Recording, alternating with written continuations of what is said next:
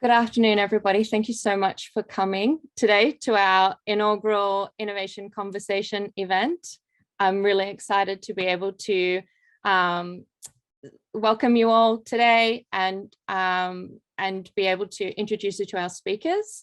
The Innovation Conversation is an event that we are starting to run. It's going to be a series of events, and the idea behind it is to build community and discussions around innovation, and a really strong community around business growth, and innovation advocates. We'd love to hear your thoughts about this event and future events, and what you'd love to learn or hear, or who you'd like, the topics you'd like to hear about, and we can put those into our future events. We're creating this for you all, so we'd love to hear from you all so that together we can grow this into a community that's really helpful and inspiring and supportive. A little bit of housekeeping. So we do have our chat running. Myself and our strategy director at Wave will be monitoring the chat, and we'll be able to bring attention to those questions throughout the talk. And also, if any questions aren't answered, we can ask them again at the end. And Dr. Norman and Dr. Munib will be able to address those at that time. If you'd like to contribute, if you can just raise your hand, and then I'll be able to give you the stage, and you can ask your question, and then we can answer that as well. So I'm really excited to introduce you to our speakers today. We've got Dr. Norman Chorn, who I am told wanted to be a professional football player, but got bored of the training. So thankfully moved into the innovation space. And now he integrates principles of neuroscience, strategy, and economics into neurostrategy to help businesses. He has a PhD and Master of Business Administration, and is an ambassador for Thought Leaders Global, and he's authored several books on strategy and organizational development. He helps individuals use their brains differently, to ask different questions, to collect different information, and to use different tools. We also have Dr. Munib Karavdic, who wanted to be a rock star, but failed miserably. So luckily that happened, because he is now a recognized global leader and an expert in innovation and design. He's award-winning with over 30 years of experience in the innovation space within both the corporate world and academics, as he is currently a professor at University of New South Wales. He helps leaders and their organizations to build innovation capabilities which are underpinned by human-centered design as a critical driver for their organizational growth, and around a customer-centric strategy. He's a pioneer in e-commerce research. He holds a PhD in e-commerce from UNSW, and he's an acknowledged digital strategist and helps organizations to drive impact in their businesses. So let me step out of the way and get the experts to take you through this incredibly exciting talk today. Thanks very much, Shannon, and welcome everybody. So you probably noticed those two pictures look nothing like us. So that's when Munib and I were both looking for love on the kind of, chat lines and the kind of dating lines. In the 80s. In the 80s, that's exactly right. But seriously, why are we here today? Well, we're here to really talk about innovation and strategy, and particularly how they really work together. And in particular, to answer this question of, what's love got to do with this whole thing? We also want to understand, how we can put customers at the center, and in particular, how we can develop our future strategy, what we're going to call our North Star. And finally, to really make the point, I think, which a lot of people are obviously very interested in, is that, love, or any kind of marriage of two concepts, doesn't really have to be a leap of faith. There is a fairly logical and systematic and creative way to go about all of this. So just starting at the beginning, I think it's always interesting to examine the origins of anything we talk about. And in essence, the origins of the term strategy come from the Greek word strategos, which means the art of the general. So it has very militaristic concepts behind it. It is, in fact, what I define as strategy as war. And in strategy as war, your major focus is on the competition. You're looking to beat the competition, to win market share, to attack a market niche. And all of these, I think, lead to a very particular style of really doing business, which doesn't always produce necessarily the right results. And it certainly doesn't always produce the kind of returns for you as an organization. So what if we decided instead of war, we define strategy as love? And our strategy as love is really all about the art of care. And so in a sense, in the art of care, what we're really doing is we're placing the customer at the center of our focus. And I think that's quite a distinctive difference here. So rather than staring down the other person you're trying to win the battle against, you're really focusing your attention on the person you wish to add the most value to. And that's really what we mean by customer-centered approaches. Now, one of the ways in which your customers will pay you back is that they will show the love to you, as we see in this example over here of thousands and thousands of iPhone buyers, potential iPhone buyers, standing in line overnight to be the first to buy the new iPhone 12. And it really does show you the value of building a business and a brand that actually seems to care or seeks to care and love its customers. And this is where we come to, sorry, we're mixing up with something here. This is where we come here, well, that focusing on customer is great. And catch is actually also to show them the love.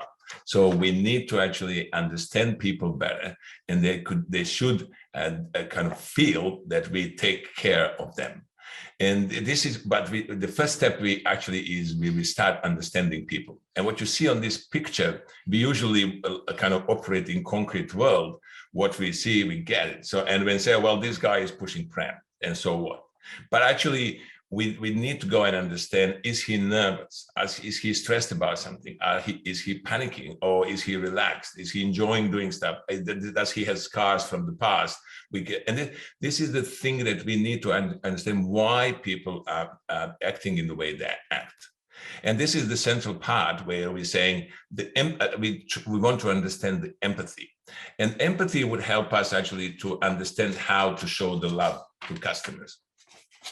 So that's because it provides us some emotional connection that we can understand their feelings.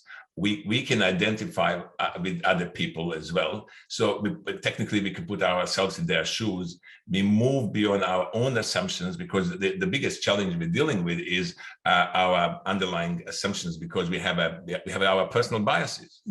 And then it creates some common ground that we all have some understanding before we make actions. And that's why common ground is extremely important when we actually build the insights that the entire organization understands these emotional drivers. But you know, a lot of leaders are telling us, oh, we're not going to build only what our customers are asking us, or we don't want to actually put everything into it. And it is absolutely true. We don't think we should do it. And then showing the love is not just telling them love. So we need to actually see from the organizational perspective, how can we make it? Is it feasible that we do some things for customers or not? Or is it viable? Can we make money out of it? Because it's kind of, what's the point if we can't fund this, if we can't go in the future, we can't actually get anything further. So we need to negotiate within these three aspects: how much is desirable, how much is feasible and viable. And in that kind of sweet spot, we build innovation, which will actually start underpinning our strategic direction as well.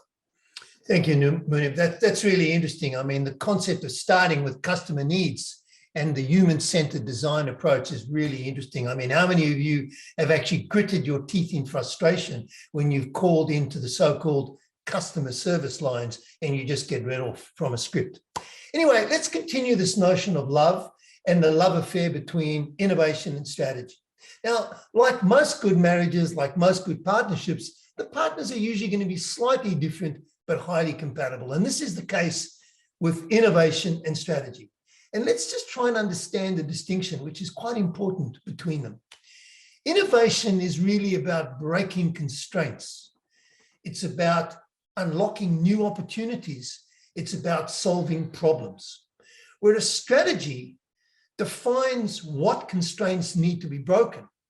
Because in a sense, you can't just go around breaking constraints unless you have a clear endpoint you want to achieve. And that endpoint is what we're going to call our North Star. So strategy is about providing the context in this North Star, and innovation is about unlocking and enriching these opportunities and helping us to solve the problems around them.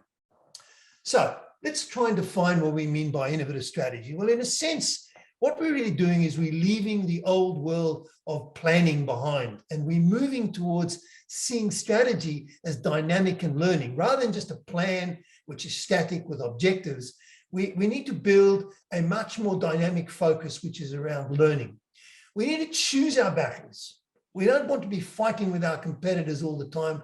We need to carefully choose those battles. And our focus has always got to be on creating value for the customer rather than beating the other person, rather than beating our competitor. That's not victory. Creating customer value is the ultimate victory you can have. And so as a result of that, you really win by not fighting at all. Kind of like Sun Tzu said, the greatest victory is not having to come out to do battle at all. And we come to this kind of interplay between innovation strategy and then overall strategy. So, and then very often you can see this kind of tagline, and people are saying, we must innovate to grow. We innovate to create value. We need to innovate to stay ahead of our competitors and things like that. But I don't think that these are innovation strategies. The innovation strategy is basically a journey to desired future. We need to figure out what is that we really want to unpack, and what is our ultimate goal in order to actually create some additional or new value. And then a lot of people mistakenly believe that innovations need to be jaw-dropping activities, a new to world kind of thing. And how often do you hear we want to be disruptive innovators? We want to disrupt the market, but people don't understand the implication of that word disruption, because they don't understand that if they want to disrupt the market, they need to be disrupted first. And they totally forget that aspect, because the organization needs to change significantly. Or you hear we need to transform, and into what? And that's the kind of bigger question where we believe that innovation can play a significant role in this future strategic planning as well. And so this is where what we're saying, like, you know, in the business, same in the lab, doesn't need to be a leap of faith. So at the moment, and we just need to have some three main components to avoid that leap of faith, and I will explain later what leap of faith means. So the one is that we really need to create is this mindset, and mindset means that we need to be open for new things. We need to be open for failures. We need to be open for experimentation. We need to have this growth mindset, which will actually help us to start actually exploring many other options. But, you know, to do that, we also need to be we need to have empathy. And then, as I mentioned earlier, we need to understand these emotional drivers, and not just of our customers. We need to understand these emotional drivers of our staff members. We need our partners, our suppliers. So whoever is involved in this process, we're human, we need to understand from their perspective too, not just look at our thing. But good news is there are some certain methods that we practice, and then we want it actually, and that how it becomes our habit, that we start actually practicing that in the organization all the time. And we also give signals to our staff members they need to actually play in that game. So let's get back to this idea of how we actually make this happen. And in order to do so, yet again, we have to draw the distinction between the conventional business planning, you know, the old SWOT analysis which then is followed by a series of objectives and milestones to some point in the future. And that's a really dangerous game to play because you're in effect predicting the future. You're making an assumption about what the future is. And believe me, there is no future in predicting the future. Instead, what innovative strategy does is it starts from the future and it works backwards to the present. And what we've been able to do here and what we want to do today is to show you 3 key stages, 3 key steps, 3 key elements in producing an innovative strategy. The first one is, I think, really all about dealing with the uncertainty in the future.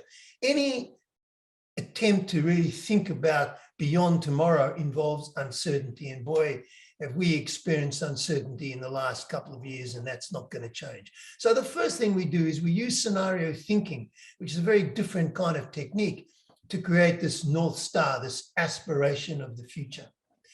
We then use innovation to flesh out, augment, and really enhance the quality of this North Star, and also to implement it.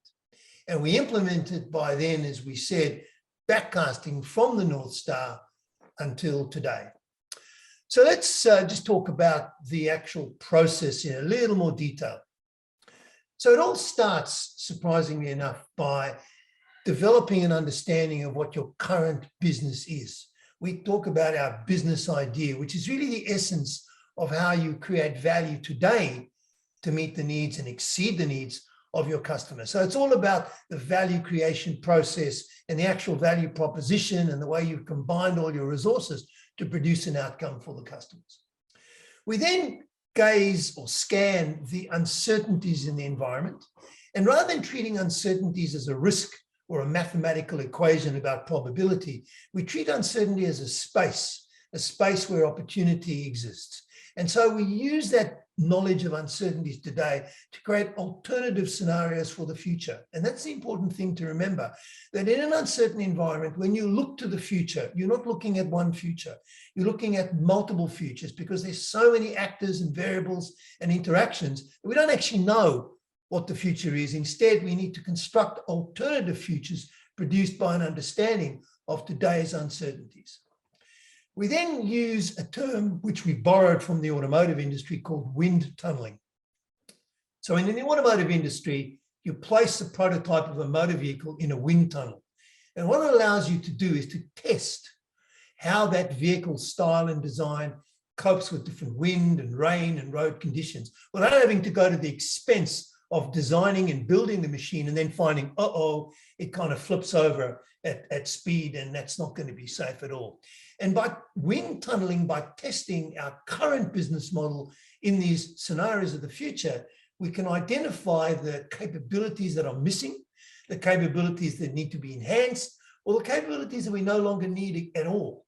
And that really gives us a shape of our future strategy, which is really all about the capabilities that we're going to require in this future as time goes ahead.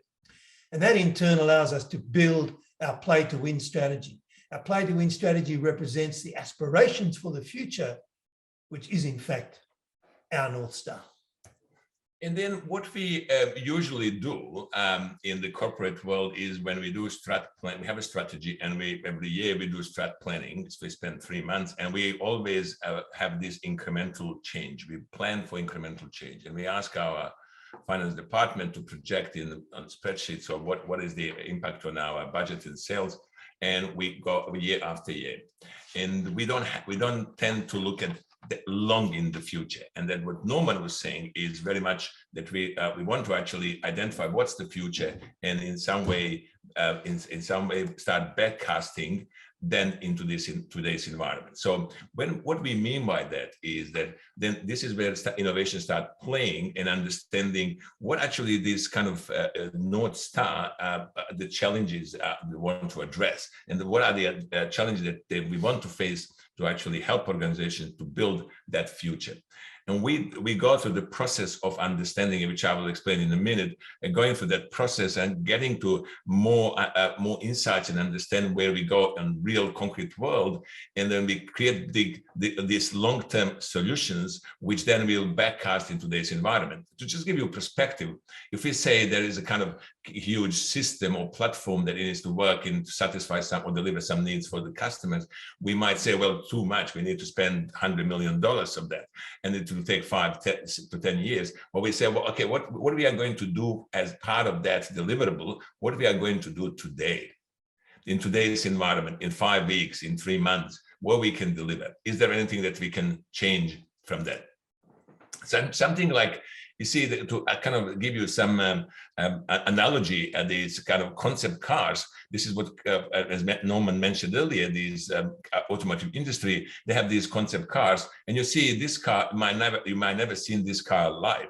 But what they use some certain features, some certain elements that they can actually build in today's car that they are actually manufacturing today. So, and then, well, then we might sound too theoretical, just talking about how you get to North Star and then backcasting these things, and how do we move into that direction? So, and then, well, we very often associate innovation with a risk. So, and then we really, as soon as, and I at least experience when I talk to leaders, say, well, this is very risky. I'm not sure if I'm going to get out of something. And this is what we currently do. We have a leap of faith that what we put in our strategic plan, and we have a strategic planning initiative, then put in the business case based on assumptions that we will actually get these outcomes. Mm-hmm. The future prediction again. Exactly. And then the leap of faith is that we say, okay, what we build in that, we approve, well, we will deliver that. So, but when we start actually, we establish the teams and we start moving, and midway through that, we realize that things are not going all right, but we still push. We need to finish that on budget and time, because budget is every year, you might lose your budget if you don't finish that by that time. So, and we push this hard, and we actually finish this on budget, and we finish on time, but we haven't moved the dial for our customers, and we haven't moved the dial for companies. It very often is the case. I'm not saying that it's always like that. And that's what we call this nice landing, wrong airport. So people think that they're really good, but then they ended up being in wrong place.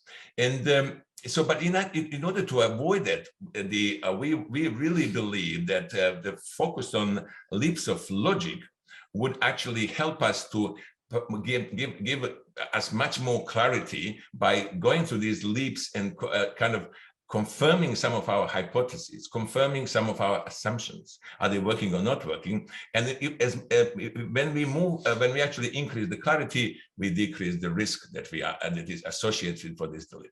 And when I talk to Chief Risk Officer about this structure, we usually start actually panicking about our risk towards the end, when we in current circumstances towards the end, because we don't know if I'm going to deliver it on time, budget, what are the implications, instead of actually put some boundaries where your teams will go and explore options and do these leaps of logic, and until they get certainty that that's the right solution for this organization. So then again, so the question is, well, how you then apply these leaps of logic? Then you see where there is a methodology, very proven methodology called human-centered design, where you start with the framing the problem, and sorry, didn't want that, sorry. When you start framing the problem in the organization, and we often jump quickly into solution mode. And when I teach at university, I teach an MBA program, and a lot of leaders would come and say, well, I just want to go into solution mode. And I try to push back constantly, because going into solution means we don't understand the problem.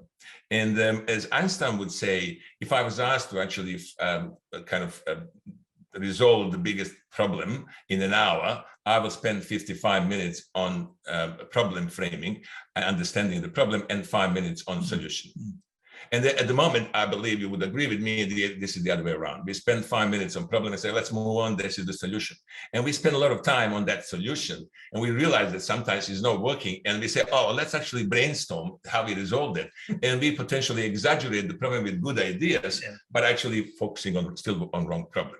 That's why problem framing is very important aspect. But then you might say, we all agreed, well, how we do that. And there are some certain methods and tools how you frame the problem.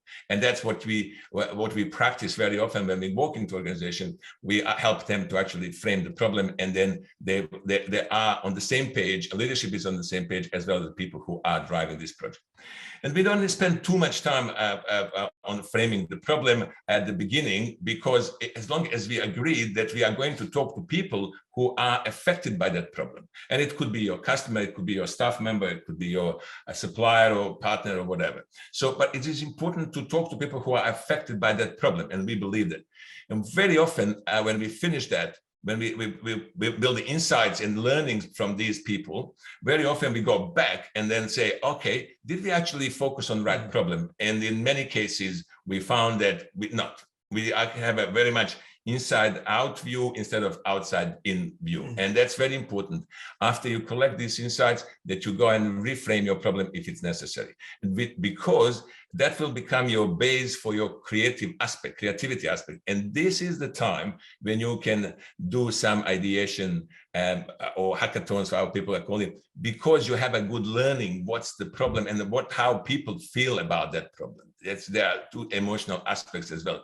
That will give a lot of inspiration for people to generate diverge with a lot of ideas and then converge into something specific, and will go to deliver in the form of prototype. And then you can have some low fidelity prototype and to high fidelity prototype. And you can see in this picture, it's very low fidelity prototype projecting some virtual reality as a prototype.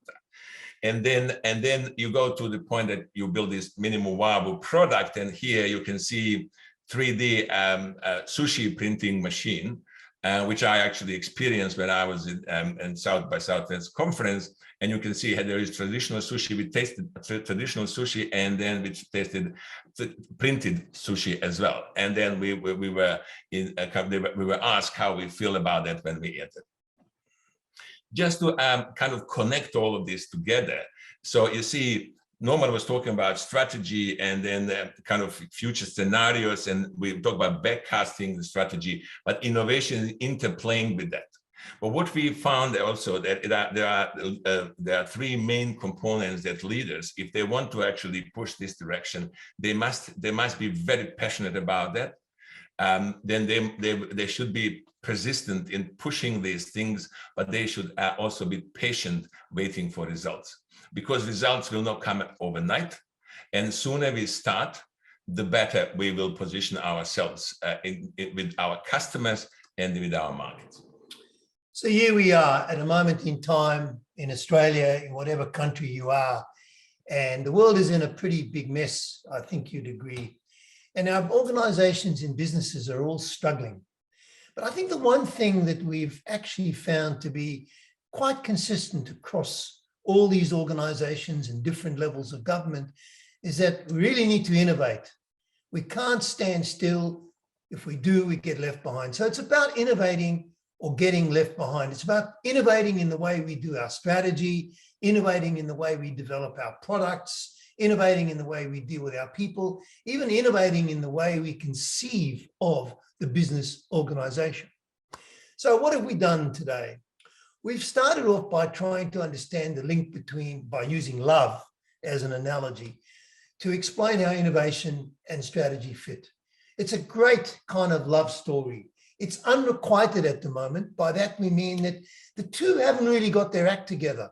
They lie in bed at night awake thinking, oh my God, what am I going to do to win the love of each other? I lie here saying, how am I going to win the love of Munib? He lies in bed thinking, how's he going to win the love with me? But it's about innovation and strategy. How do they fit in?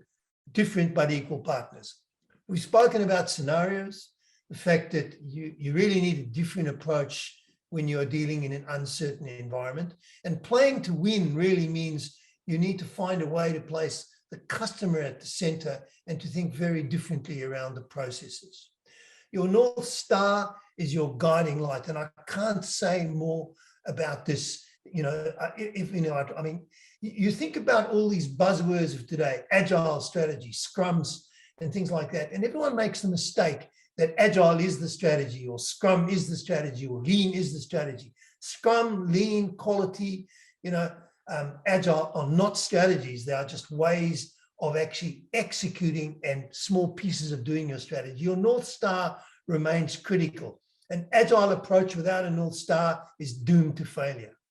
Because in a sense, what it does is it kind of makes this really big mistake of a leap of faith. And what we really have spoken about today is that there is a way of minimizing the risk. Leaps of logic is a much better and a much safer and a much more successful way to go. So to avoid the wrong airport. To avoid the wrong, I love that statement, you know, great landing, pilot. It's just the wrong airport that I'm at, you know, it's terrible. It's like rushing forward with great efficiency over the edge of a cliff. It's not going to help you. So brainstorming when you haven't framed the problem correctly just moves you more quickly to disaster. So I hope today what we've done is we've really explained the importance of innovation in its role to reimagine the activities that you're doing, reimagining your strategy, and really innovating to shift direction rather than just say, yesterday we made gin, today we're going to make hand cleanser. That's not particularly innovative. In a sense, you need real innovation and you need to think about strategic innovation to shift your direction. Thank you very much. Thank you. Amazing. We have some questions for you. So the first one, is the North Star approach applicable to all kinds of enterprises, from Fortune 500 firms to fast-growing startups? And how would you answer that?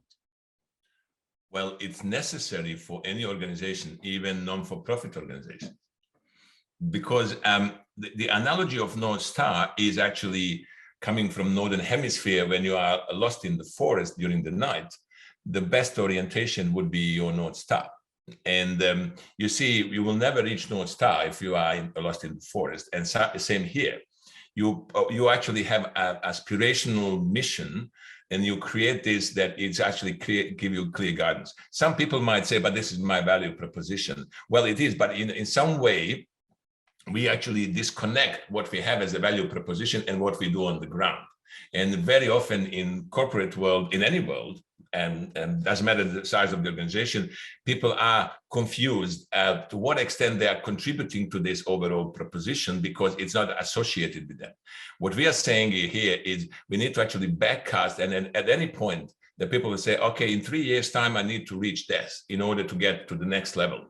So it's very important to have that in mind. It's guidance, but it's well defined only if you are able to backcast and give people very clear direction where they are heading to, because they want to know that. Yeah, I mean, I'll just add to that to say that, using whatever approach, scenario thinking, or whatever it might be to get to that North Star is applicable at a corporate scale. It's applicable at the country level, incidentally, as well. And we know that the countries that have done that successfully are really pretty far ahead. Some countries don't have a kind of a goal or a vision, whatever you want to call it. And it's applicable at the team level. It's even applicable at the individual level. You might need to say to yourself, what is my North Star? What am I trying to get to? And so it's really applicable at all these levels. So we've had just another comment. This is a big challenge for most organizations, as this needs a very different mindset. And they find that ideation quality is a big challenge in many organizations. How do you start getting people who are set in their ways of thinking to think differently about strategy? It's a really good question. And it's probably one that causes me the most head scratching, because in a sense, the kind of approach is so logical, but it's so scary. And one of the things we know about people is when they face the future, there is great uncertainty, and uncertainty produces a sense of fear. And people would rather not envisage a future where their skills are not really applicable anymore. For example, if you stand up at a conference and you announce to your staff, here's what we're going to look like in 5 years' time, I can guarantee you that 3/4 of the people in the audience have switched off. Yeah. The first thing they think about is, oh my God, I'm never going to be able to do those skills. Oh my word, this requires a lot of travel. My kids are young. How am I going to do this? Oh, I'm going to lose my job because I can't do this. And, you know, it's a very, very scary thing. So one of the things we try to do in developing the North Star and developing future strategy is to do it in a way which is safe. And there are ways of doing that. And the ways of doing it are by using technologies and techniques like scenario thinking, because you're not saying this is where we're going. You simply say, what would you do if the world looked like this? What would you do if the world looked like that? And you do it in a safe space where you've produced enough psychological safety in the organization, you've supported people, you've encouraged them to make contributions, you don't punish them if they've done the wrong thing. And, you know, you really show them that actually this is actually much safer to really think about your North Star than it is standing in the middle of the road waiting to become roadkill. And then what Norman was saying, you're adding up these leaps of logic, and then you have a small chunks when you actually get more and more clarity, confirmation that you are going in the right direction. But just to answer, I put my spin on that question about innovation. A lot of leaders loosely use word innovation. So some leaders would say, well, we would like to be an innovative company, and they stop there. I call these buzzword kind of innovation leaders.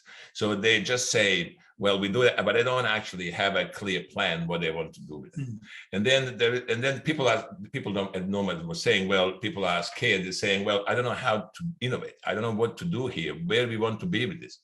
Or there are some leaders who are saying, well, actually, let's actually bring ideas and do the hackathons or ideations and things like that.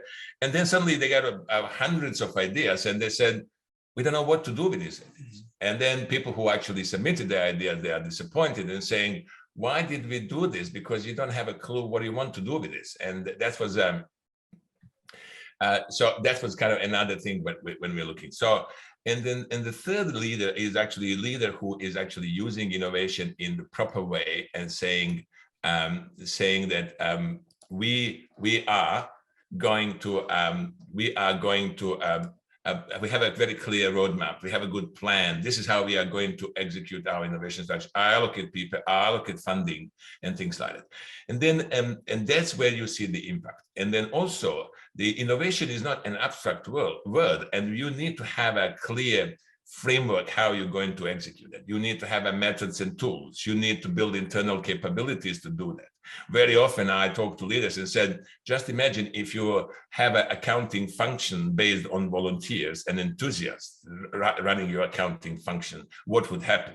And at the moment, a lot of leaders are thinking, oh, let's bring an enthusiast about innovation. They will bring some things, and then suddenly I'm disappointed. Well, of course you are, because you need to plan for that. You need to build internally before you say, hey, let's do these things. And it's very important to understand that. And it is not hard to get there. The mindset is important to switch and say, I'm going to do that in a disciplined way.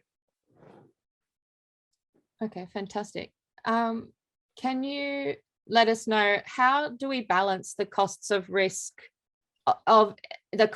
the risk of innovation and failure? How do we balance that? Coming back to these leaps of logic.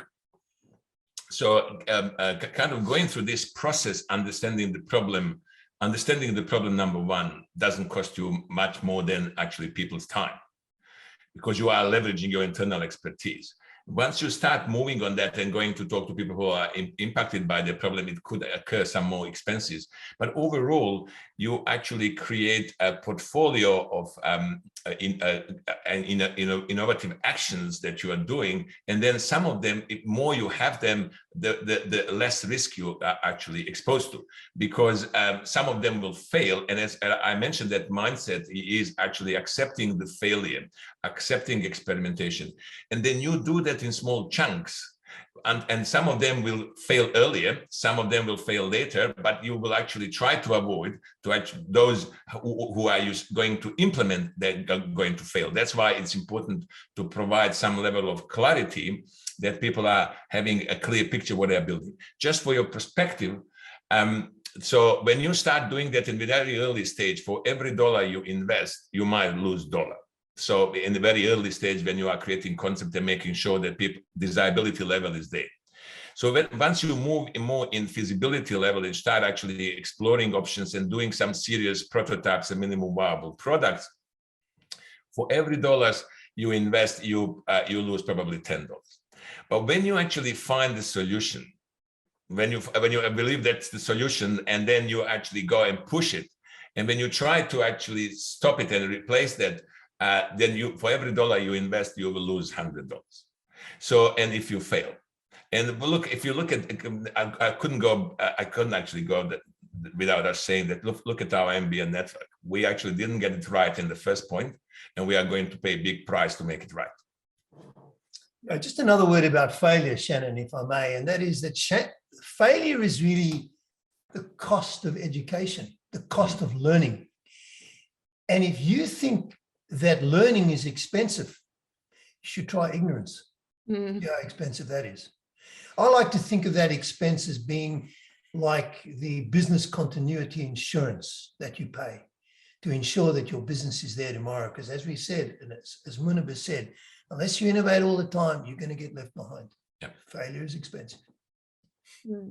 So what percentage of gross profits should we ideally be putting into or as spending on scenario planning? And how often should we stress test our proposed scenarios? It's a very difficult question to answer definitively. It kind of depends very much on the industry.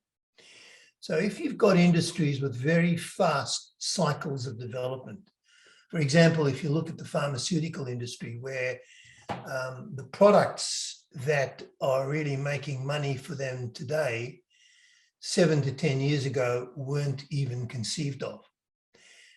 In those cases, you may have to spend something like 15 to 20% of your revenue invested in the learning process, in the scenario process, in the experimentation process. So, I talk about your experiment portfolio, or what we talk about as Horizon 3 activities in an organization, which is really the things they do to ensure that they're going to be in business into the future. So, in some cases, it's very high, where the speed of change is very high. But in organizations where there are more traditional industries like the steel industry, you might find that the development of new ideas and concepts is much slower and longer. It's probably like 1 to 2 to 3%. And similarly, the length of time you use, is it a 5-year horizon? Is it a 10-year horizon? I mean, despite the fact that the world is actually changing more rapidly, it also does depend on the nature of the industry you're in. And there's no one size fits all answer. You've really got to look at it in terms of, the nature of the organization, the nature of the environment. I did some work with some of my colleagues a couple of years ago for a major research organization. And the question they posed was, what's the future of science? Which is not exactly a short-term kind of thing, except that the technologies within that are really moving fairly quickly. So you get very complex issues. And I think, as Munibus said, sitting down and actually defining and framing what that problem is a very important aspect of, the innovation and change and transformation process. Okay. So we've got another question. They found it common that businesses have their North Star well defined, but they don't follow through from vision to identifying and addressing the challenges. What are your tips for communicating the principles the business will need for making trade-offs in day-to-day decisions? Well, we have a challenge here, communicating. It doesn't work in that way. So you need to do it. It's not good enough that you actually communicate principles. You need to practice these principles. You first introduce these principles in the way that, but you need to have methods and tools which will kind of in some way create champions who will embed this into the organization. Well, today we communicate and say we want to change the culture, and we build the five PowerPoint slides and say here are the 5 behaviors we want you to do, And we're hoping that people will read these behaviors on PowerPoint slides and change the behavior. Doesn't work like that. Like Enron did, yes. Yeah. So, and doesn't work like that. So we need to, we should stop, we need to communicate, absolutely. We agree with a lot of, we call that we need to communicate a lot. But when we talk about how we do the innovation and principles, we need to do methods and tools that people start practicing that and learn by doing. So, and then this is the way how you make sure that is getting into that. Otherwise, you will keep communicating, people will just ignore that. I think one of the characteristics of modern complex organizations today is that change doesn't happen top down. Change doesn't happen by, 6 or 7 gray old men who lock themselves up into a room and come out, with the 10 commandments on the tablets of stone and come down from the mount and then have the people cheering and saying, this is fantastic. It doesn't work that way. What we know is that the more you kind of push from the top down, the more the system pushes back. You've got to start by doing things at a grassroots level. I'm doing, and I think Munib has had a profound effect on this organization as well, working with a global engineering business. And we're really running a whole corporate transformation. And what we're doing is we're actually starting with the people that do. And we're trying to teach them the tools and the methods and create the psychological safety that's necessary to allow these innovators to do their work, to make the mistakes, to realize that they can fail and not get fired, and start doing these things, and it kind of moves upwards. It's like lighting 100 fires rather than building a big bonfire at the top. Okay, so this is a question just for you, Norman. Can you explain more about scenario planning? Sure. How many hours do you need? I'll try and summarize some of the key principles I think that are really important here. I think the first principle is that we don't face one future. We always, in an uncertain environment, face multiple futures. So you need to start off with that and accept the fact that there are different futures that will evolve. And the question is not, what are you going to do in 1st of May 2026, but rather what capabilities might you require on the 1st of May 2026 to deal with the range of alternative futures that might present to you. So, scenario planning is about understanding your capabilities that you will require. You cannot predict what the future is. It's going to be around understanding what capabilities you require to cope with a range of futures. If you think of the term resilience, which is another term we use a lot, the term resilience is really a term used to describe your ability to function across a wide range of different circumstances. And that's what scenario planning does. And the last thing I'll just say is that we use uncertainties that are existing today to understand how the future can unfold, how the different futures can unfold. And understanding those different futures gives us the chance to build our North Star, which is, what does this organization need to look like to cope across those future conditions? And you're lucky he did it in a few minutes. You need more, call the man. I would have put a timer on. How do you measure the return on investment, or how do you justify the effort spent on the scenarios towards getting to that North Star? So I think, first of all, there are a couple of aspects here. So in innovation doesn't mean that you measure your success in the way how we measure that in business as usual, how we do that. And look, I think when you look at, let's be realistic. We have in our business case, we never approve business case if it doesn't have a 15%, minimum 15% ROI. It's true. And I've been in many investment committees sitting there, I've written many business cases. You don't go there if you don't have that number. And then what happened then, and then because of a lot of assumptions, we completely kind of forget that figure. And then sometimes we again bring it in. But what we actually believe then, there should be separate measures when you're actually looking innovation. And ROI is an important measure, put it that way, but probably at the right time. So what we are kind of we advocate that we start actually measure return on learning, which means basically we start at the beginning when we try to frame the problem, understand our clients and build insights, start ideation and build desirability. This is what I call that return on learning. We need to learn. As Norman mentioned several times, we need to fail and learn from these failures and things like that. So, and that's what you allow people to get this creativity. But how you measure success there are many others, like, how quickly we arrived with concepts. So instead of 6 months, can we do it in 3 months or 4 months or whatever, or with minimum viable product? And then what we want to learn from there, we actually set up what is learning there. And then once you get it, when you start moving in feasibility and viability, once you have a desirability sorted, then you need to start thinking about return on investment, and then how that concept that you are looking start actually bringing you money back. Okay. So how do you actually use the uncertainties to create the future when they're unknown? How do you? Well, the uncertainties aren't unknown. In fact, in 90% of the cases, all the uncertainties you're going to have to deal with in the future are there at the moment. So your uncertainty might be, for example, I'll just give you an example of some work we did. We were asked to outline the requirements for road transport in a particular state for 10 years' time, because the city government needed to make an allocation of funds to have the process of road building completed in 10 years' time.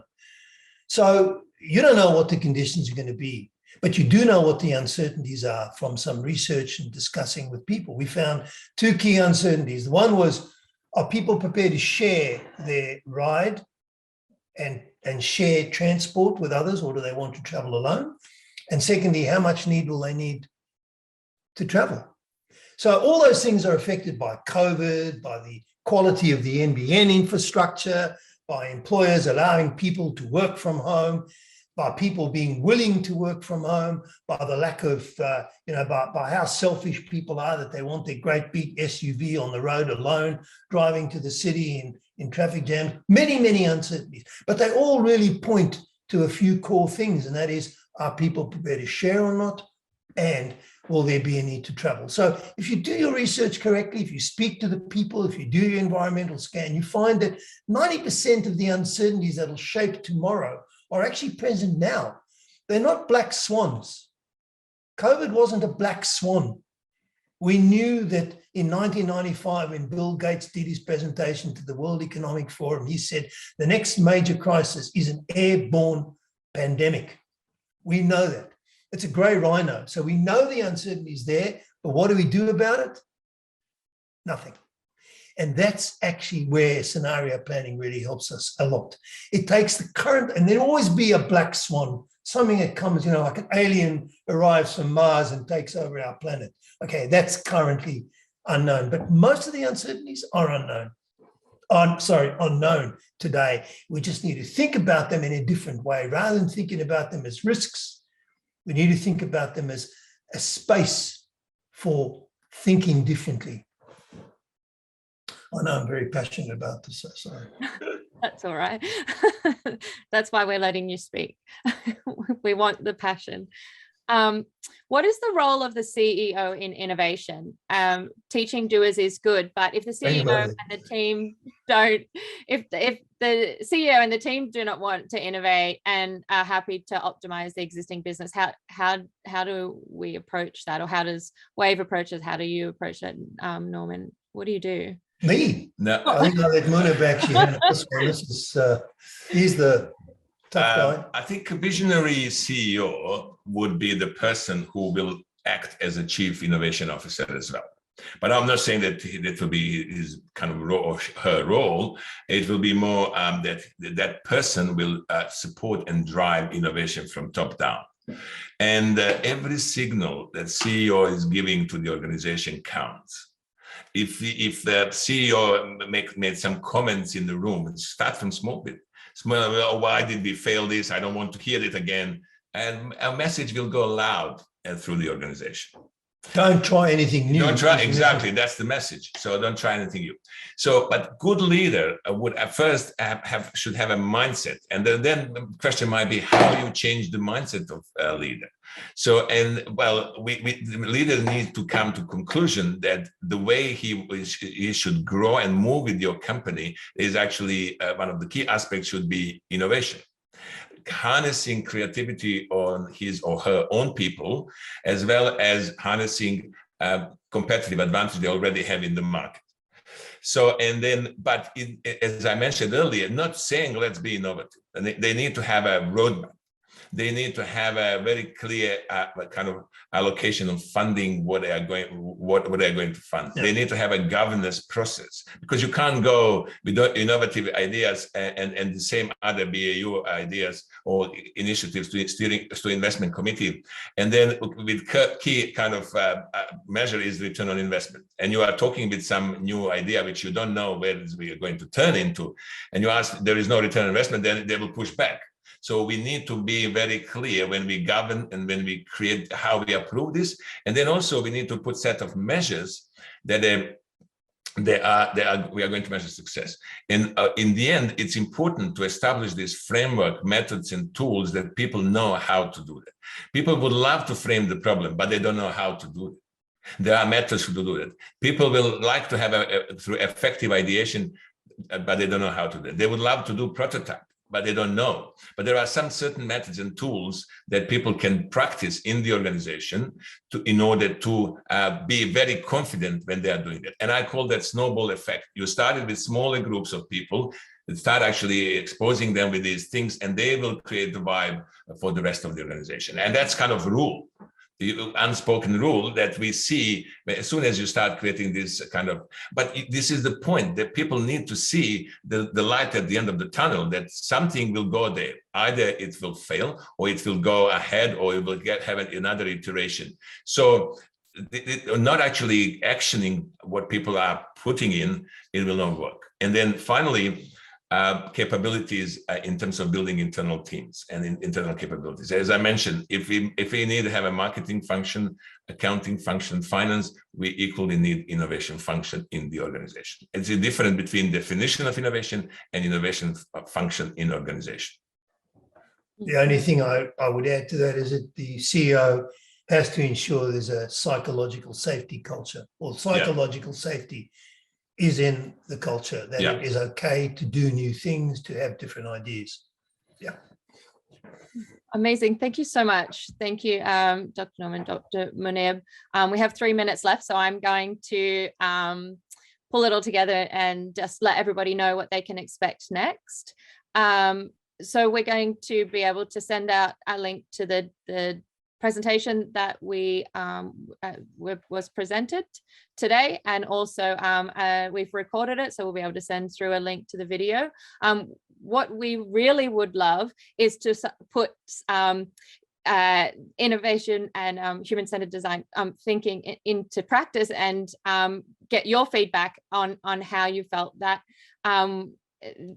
this first event went. We'd love to get you to fill out, answer a few questions for us. We're going to post in the chat a link to a survey, and we'd love to know what you think about the innovation itself and strategy, and what you want to see in future events, if they're online or in person. And also we'd love to invite you to book in 30 minutes to chat one-on-one with Norman or Munib, or both of them, to discuss your own innovation questions, or your current problems, or your own North Star goals. So that's in the questionnaire that we're going to send through, and we'll post it in the chat as well.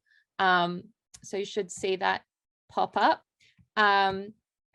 in the chat there. And I just wanted to say a massive thank you to Dr. Norman Chorn and Dr.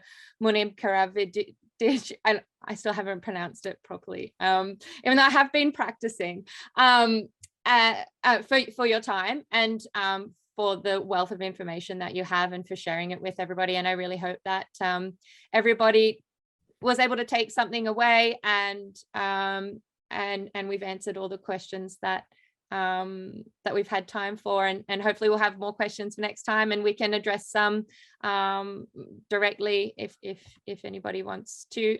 Feel free to email us or email Norman or Munib directly as well. So thank you everyone. Thank you, Shannon. And if you see us from time to time appearing and disappearing, well, let me tell you, we are not ghosts. I can touch Norman. We are here together. So yeah, ethereal beings of wisdom. exactly. Thanks, Okay, everyone. thanks, guys. Thanks Thank for you. joining as All well. the best. Thank you very much. Thank you. Bye-bye. Bye-bye.